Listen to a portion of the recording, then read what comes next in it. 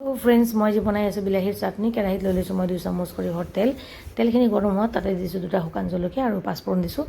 সৰু 4 চামুচেৰে 1 চামুচ বিলাহী লৈছোঁ মই ইয়াতে ½ কিলো কাটি কেনে বইল কৰি লৈছোঁ বিলাহীখিনি মই ইয়াতে এতিয়া ঢালি দিম ঢালি দি গেছটো বঢ়াই কেনে অলপ দেৰি পকাই ল'ম বিলাহীৰ পৰা যেতিয়া পানী উঠি আহিব তেতিয়া মই ইয়াতে এড কৰি দিম খাজুৰ লৈছোঁ মই ইয়াতে 200 গ্ৰাম পাতলকৈ কাটি লৈছোঁ খেজুৰখিনি এড কৰি মই ফুল ফ্লেমত অলপ দেৰি এইটো ভালদৰে পকাই ল'ম নিমখ দি দিম ইয়াতে 1 চামুচ জলকীয়া পাউডাৰ দি দিম 1 চামুচ